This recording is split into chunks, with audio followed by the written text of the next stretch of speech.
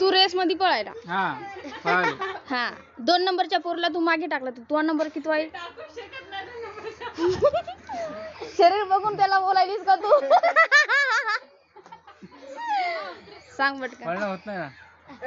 अबे तू पळाला सपोज का पळाला तर तुझा नंबर किती आहे? मी पळायलो तर मग नंबर लास्टला येते. सांग की बरं. व्हिडिओ करू नको ना. नाही सांग ना तू. इंटेलिजन्सचे प्रश्न विचार म्हणलीस की.